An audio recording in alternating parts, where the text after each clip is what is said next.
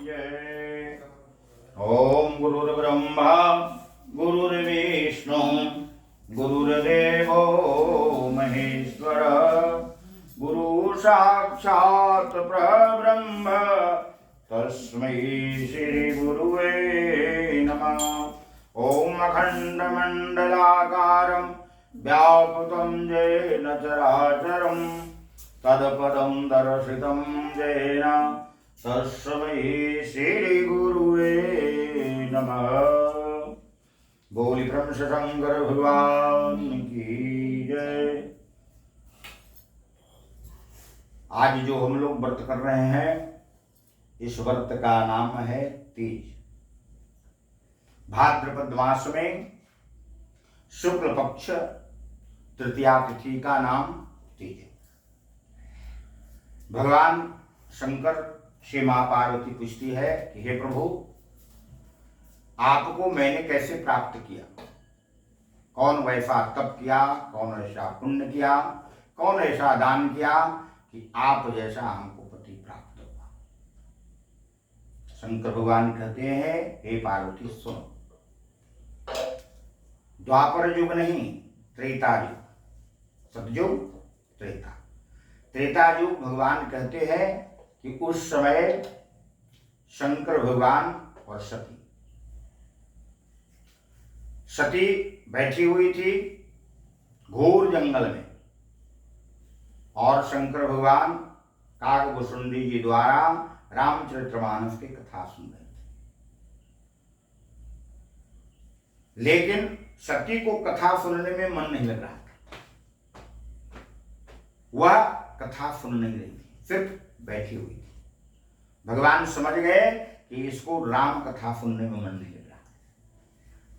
भगवान ने कहते हैं, देखिए, जब शरीर में पुण्य बचा हुआ रहता है तब हम लोग देवता देवी के पूजन पाठ कथा करते। विनाश काले विपरीत बुद्धि। अब देखिए, सती का भ्रम हो गया कि राम है नहीं। भगवान से परीक्षा लेने के लिए वह सीता का रूप धारण कर लेते, सीताहरण हो गई थी। राम लक्ष्मण जंगल में भ्रमण कर रहे थे और भगवान शिव मना कर रहे हैं कि देखो, भगवान परमात्मा है। परमात्मा किसको कहते हैं? जिसकी अंतरी आत्मा को बात जानने वाले को परमात्मा कहा जाता है। भगवान शिव बार बार मना कर रहे हैं कि हे सती, भगवान राम से परीक्षा मत लो। भगवान से परीक्षा नहीं लिया जाता है, भगवान पर विश्वास किया जाता है। इसलिए भगवान ने कहा, श्रद्धा विश्वास रूपिण्यो। श्रद्धा क्या है? श्रद्धा माँ गौरी, जिसको हम लोग पार्वती कहते हैं, इसको उमा भी कहते हैं, ये श्रद्धा है। विश्वास हमारे भोले बाबा है। जब तक श्रद्धा और विश्वास पूजा पाठ में आएगा नहीं, तब तक फल प्राप्त नहीं होता। अब देखिए, सती को मोह भंग हो गया कि भगवान राम को हम परीक्षा लेंगे, या भगवान नहीं है। वो क्या करता है? नकली सीता बन जाती और जाकर के राम से पूछती है कि आपकी पत्नी सीता कहां गई? अब भगवान राम क्या किए? मन ही प्रभु किन्ह प्रणामा। भगवान राम अंतर्यामी, वो समझ गए यह सीता नहीं। तब कहते हैं कि हे मां, बाबा कहां है? बाबा का मतलब शिव। अब वो मुस्कुराने लगी कि भगवान हमको पकड़ गए। अब आती है तो भोला बाबा यहां तपस्या में लीन है, तपस्या कर रहे हैं, हरे राम हरे कृष्ण जप रहे हैं। देखिए, भगवान ने कहते हैं, जब शिव की पूजा करो तो राम का भी पूजा करो। जब राम की पूजन करो, जैसे कन्हैया कृष्ण को करते हैं, तो शिव बाबा को भी पूजा करो, तब हम लोग को फल प्राप्त होता है। राम जी ओम नमः शिवाय पंचाक्षर मंत्र का नाम का जप करते हैं, और शिव बाबा हरे राम सीताराम की जप करते हैं। इसलिए भगवान ने कहा, भक्त और भगवान दोनों मिलकर करके किया जाता है। पूजन पाठ करने में क्या है? हम आपको आदर करें, आप हमको आदर करें, तब ना होगा। इसलिए जहां समतितः संपत्ति नाना, जहां कुमति वहां विपत्ति निधाना। जितने परिवार है, पूजन पाठ में उतना सहयोग करना चाहिए। आप पूजा पाठ करने के लिए है, कोई बाधा डालता है, पूजा करने से कोई फल प्राप्त नहीं होता है, तो भगवान कहते हैं गृह में शांति नहीं होता है। आपको करना है तो आप करें, दूसरा अन्यथा जो करने जा रहा है उसमें बाधा हम लोग को नहीं बनना है, नहीं तो दोष लगता है।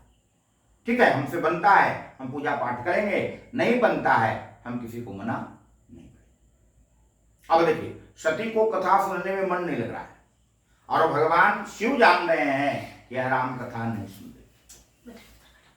अब देखिए, सती के पिता का नाम है दक्ष। दक्ष यज्ञ करा रहे हैं और वहां पर शिव भगवान को आमंत्रण नहीं आया, जिसको हम लोग निमंत्रण करते हैं। क्यों? एक दिन की बात है, सभी देवताओं ने सभा लगाया। सभा जब लगाए तो सभी देवताओं ने राजा को प्रणाम किया, लेकिन शंकर भगवान भोले बाबा जो है फिर ससुर को प्रणाम नहीं किया। देखिए, भगवान भोले बाबा क्या है? अंतर्यामी परमात्मा है। देखिए, जीवन में याद रखिएगा, दामाद से ससुर को पैर नहीं स्पर्श कराना है। पुस्तक क्या बताता है? दामाद को ससुर को पैर स्पर्श नहीं करना चाहिए। और भगिना को पैर पूजते हैं, दामाद को पैर पूजते हैं। उसी प्रकार से भोले बाबा ने ससुर को पैर छू करके प्रणाम नहीं किया। अब दक्ष को अहंकार हो गया, सभी देवता देवी हमको प्रणाम किए और हमारे जो दामाद हुए भोले बाबा वो क्यों नहीं किया? भोला बाबा समझ गए, जग में निमंत्रण नहीं किया और वहां चली गई। कौन? सती। जग में देख करके कि भोले बाबा का सिंहासन नहीं है। देखिए, नारी वही है जो सब बात को बर्दाश्त कर सकता है, लेकिन पति का अपमान बर्दाश्त नहीं करती। पति का अपमान बर्दाश्त नहीं करना चाहिए। वहीं पर मां हमारी सती जल जाती है, वह 51 खंड में आती है, जिसको हम लोग शक्तिपीठ कहते हैं। दूसरे जन्म में हिमाचल पर्वत घर में मां पार्वती जन्म लेती है, 64 वर्ष तक तपस्या करती। 3 युग में कितना आदमी का आयु था? 1000 वर्ष। जानिए, सतयुग, त्रेता, द्वापर में हम लोग जो मानव थे वह 1000 वर्ष जीवित रहते थे। और कलयुग की मनुष्य की आयु कितना है? मात्र 60 वर्ष। अब जितने हम लोग धर्म पूजा पाठ करते हैं उससे हमारी आयु बढ़ती, अधर्म से आयु घटता है, 60 भी पूरा नहीं होता। इसलिए भगवान ने कहा धर्म से आयु बढ़ता है, अधर्म से आयु घटता है। लेकिन कलयुग के मनुष्य की आयु कितना है? 60 वर्ष।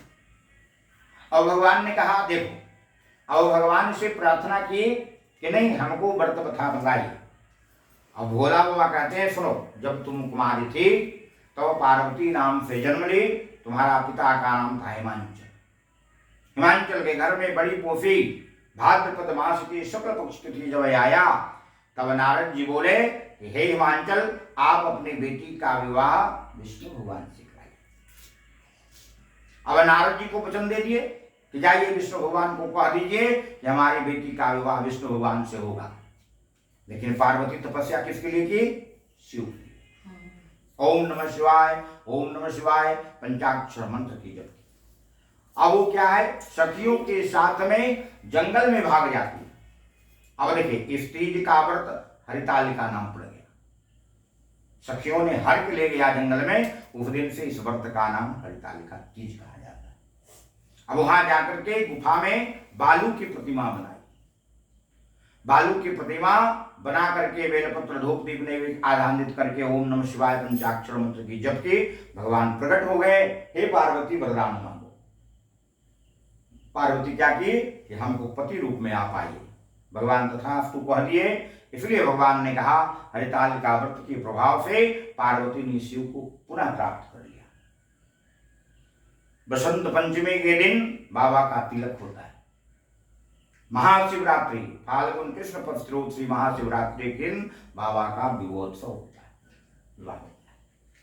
उसी प्रकार से भगवान ने बोले, और बाबा बोलते हैं मैया पार्वती की, बोले जो अखंड सौभाग्य प्राप्त करती चाहना, पति को दीर्घायु, बाल बच्चे संतान चाहता है तो हरितालिका व्रत की पूजन करे। जो कुमारी कन्या है जिसका विवाह नहीं हो रहा है या लड़का है, वह भी कथा को श्रवण करे। और उपवास रहे तो लड़का लड़की का विवाह संपन्न हो जाता है, क्योंकि मैया पार्वती ने कुमारी अवस्था में करके शिव को प्राप्त कर लिया।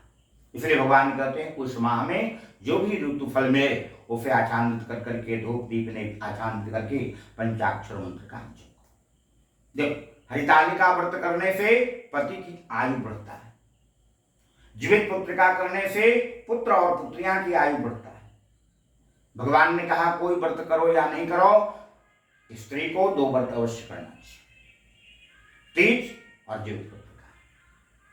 इस तरह से हम लोग भगवान से प्रार्थना करते हैं। उस मुंह फाल करके भगवान ने कहा देखो, यह जो नारी भगवान को पूजा नहीं करती है, तीज को अन्न खा लेती है, फल खा लेती है, उसका हर 84 लाख योनि है।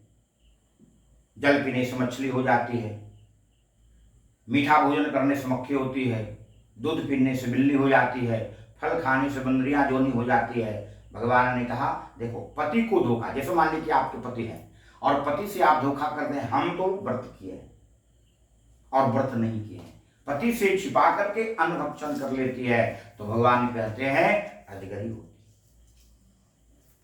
इसलिए व्रत में हम हैं तो कहेंगे पति से हाँ व्रत में हम, लेकिन यदि हम बोल रहे हैं हम व्रत में हैं, हरितालिका व्रत कर रहे हैं और पति कहीं बाहर गया और हम उसको अन्न भक्षण कर लिए, फल भक्षण कर लिए, जल भक्षण कर लिए, तो भगवान ने कहा अजगरी योनि में प्राप्त, क्योंकि यह पति की दीर्घायु का कथा है, पूजन नहीं।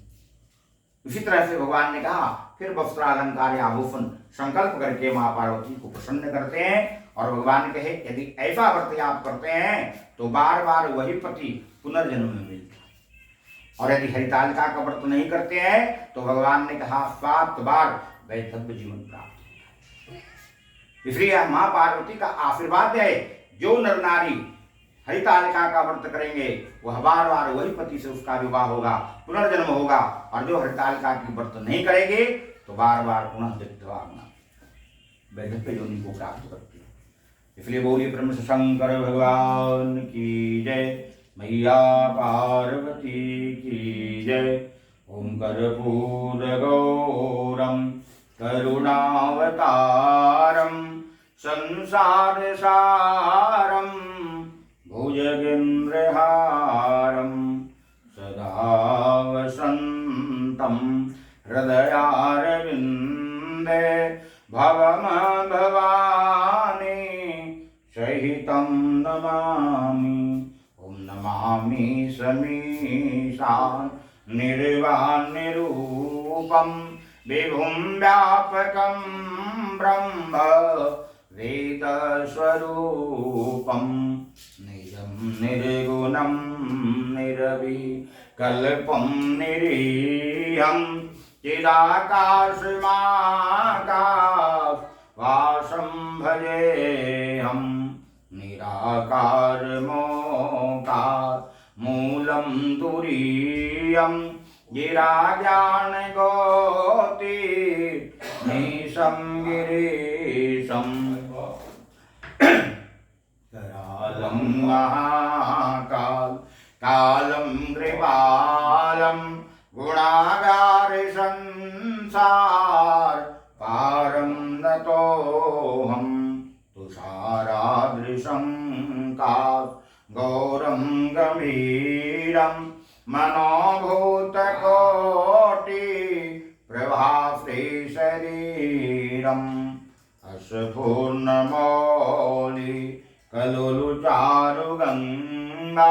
लसत भाल भालेन्दु कंठे भुजंगा चलत कुंडलं भो सुनेत्रं विशालं प्रसन्नाननं नीलकण्ठं दयालं मृगाधीशचर्मा भरममुण्डमालं प्रियं शङ्करं सर्वनाथं भजामि। प्रचण्डं प्रकेष्टं प्रगल्यं प्रमेशम् अखण्डम् अजं भानु कोटिप्रकाशं त्रयशूलनेरमो लम्शूलपाणि भजेऽहं भवानी पतिभावगव्यं कलातीतकल्याण कल्पान्तकारी सदा सच्चिदानन्दं दाता पुरारी चिदानन्दसन्दोह मोहापारी प्रसीद प्रसीद प्रभो मन्मथारी न यावत् उमानाथ पादारविन्दं भजमतीह लोके परे वानराणं न तावत् सुखं सन्नितापनाशं प्रसीद्य प्रभो सर्वभूतादिवासं न जानामि योगं जपमणि